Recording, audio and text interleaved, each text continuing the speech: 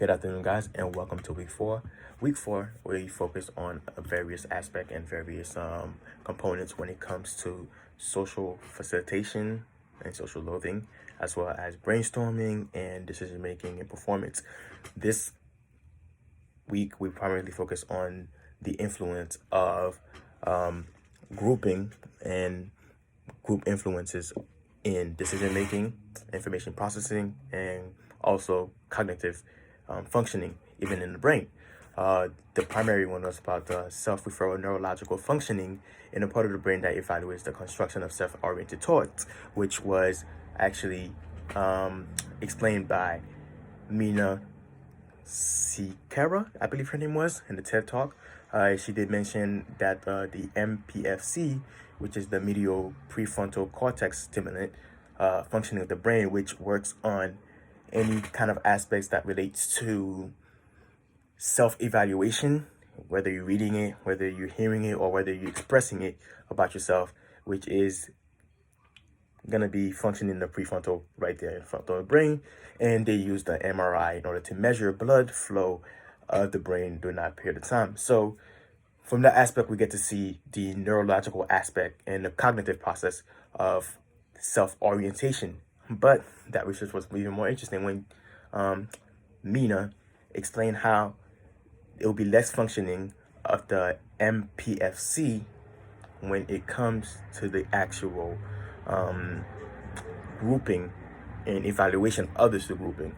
The end of her research was actually pretty interesting, and he opened up a lot more because it also dictated that not only that we think differently when we are in a group, but when that evaluation is revert back to the individual themselves, then they become more conscious and less aggressive. So aggression is one of the factors that's the play on it. But my personal favorite in the reading was the self-efficacy theory, implication of social facilitation and social loathing.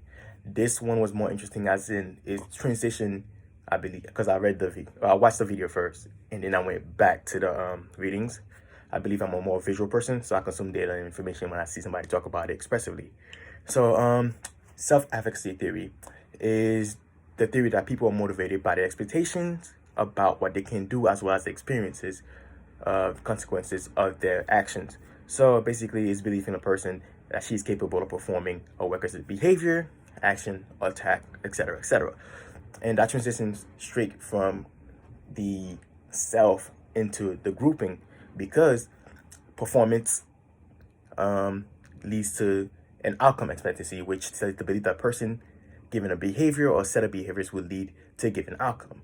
So we get to see how that function about self and how eventually when you are grouping with a bunch of individuals, how that transitions the set of thinking, which is one of the biggest part we spoke about they spoke about in the article. They explained that these were the basic components of self, but when you transition into the grouping, we get to see another theory, which is the social loathing theory. So as previously stated, transitioning from the self-oriented aspect of it, which is the self-efficacy, social facilitation, and also the outcome expectancy.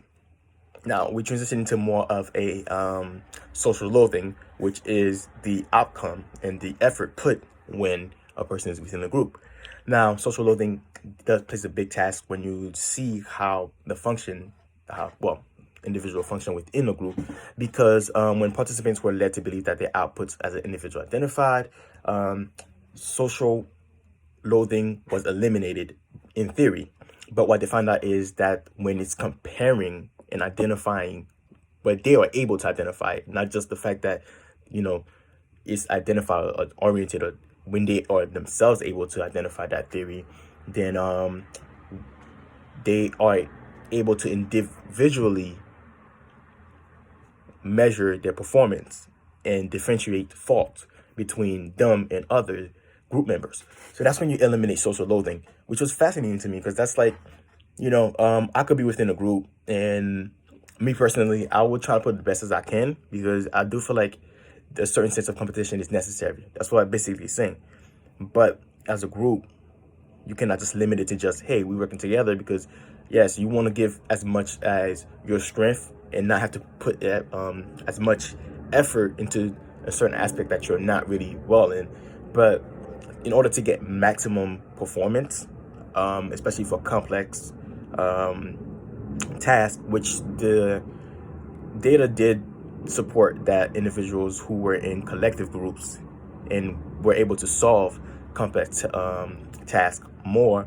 But when it comes to individuals on their own and self-performance, it was less. I do feel like the article had less of a sample size that I would like to use as far as an experiment goes. I think it was 144 participants, and they were psychology students, which I'm pretty sure they would be more aware of what's going on a little bit. But as far as it goes with the theory that backed it up in the previous research that was done to back it up, I think it was pretty solid research all put together, and the results were pretty consistent across. I think it's any information you need, like what success.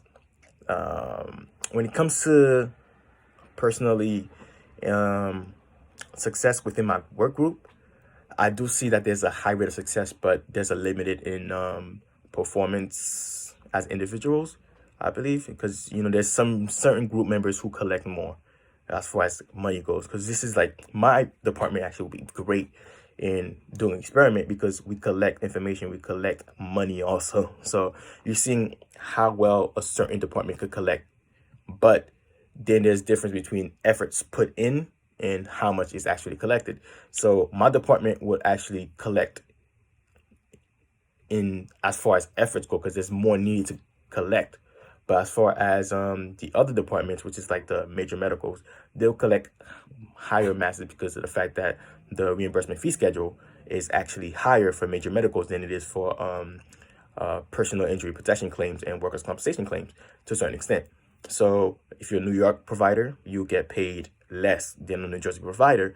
So, but whether you are, workers' compensation or personal injury protection, you're definitely gonna get paid less than the major claim because one patient could give you $100,000 check from the insurance company, while from a PIP or personal injury protection claim, you have to spend a lot more time with that. So you see, like, as far as work effort go, you see an imbalance with it, and the skills that's necessary to do your part for my department is actually a lot more than the other department, but that's not necessarily measured or necessarily, well, it's not necessarily giving credit for. While some people willing to admit that they don't exert so many effort or maximum effort within the working group, honestly, we want to say that we want to be able to not put as much maximum energy because we're human beings, we have to conserve, we have to exert energy. And another aspect, which is probably not within this exact study, but we're not, especially this generation, we're not the type to focus on just one direct aspect of working because we're not limited to one aspect of working. We're given different forms and different tasks that are accumulating. And I think this generation and this modern workforce requires people to work even harder than they did before because, not harder, but more diverse workload. And it just not something that you could do in one job or not something you could do by yourself because it's individual tasks. It's always given individual tasks, and there's also group tasks, and it just comes collectively, and you gotta learn how to balance that completely. And I believe when you work in a team, what you want to do is conserve as much energy as you can, preserve as much energy as you can, so that when you go to your personal tasks, you could exert more because self-evaluated tasks, even backed up in the data from the study, states that we're more focused on self-evaluation than we are in group evaluation because self-evaluation at the end of the day, as much as we like to say we're in a group and we love being in a group, the end of the day, you're going to get evaluated as one person. Can the whole department get fired? Yes, but that's more unlikely. So next thing we look at it, given results of the study of self-loathing is the tendency to use a teamwork to get good or bad idea. I think using teamwork is a good idea. As I said, preserving energy and preserving information and preserving just a calming peace of mind, because you do not want to burn out your employees. Naturally, you don't want to burn them out, because once again, you want them to focus on their own personal ties, but you don't want to burn them out. Last, how do you take group with one weak member reach a successful outcome with one weak group member? I do not believe that you could have a necessarily maximize successful outcome, but that's depending on how you evaluate success. For me, I would say no matter how of a weak link you have, you're gonna burn out your group.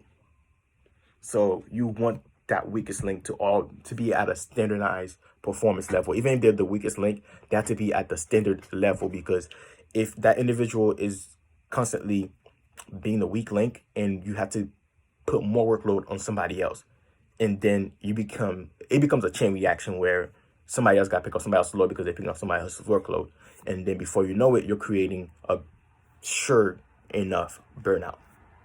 So yeah, that's what I believe. Me personally, I do think that group work is important, and also being able to work together in order not to put as much effort into everything is good, because individuals like to say, okay, you want the maximum performance for an individual, yes, but you also want a group to work together properly so that you don't have to put all that work into one space.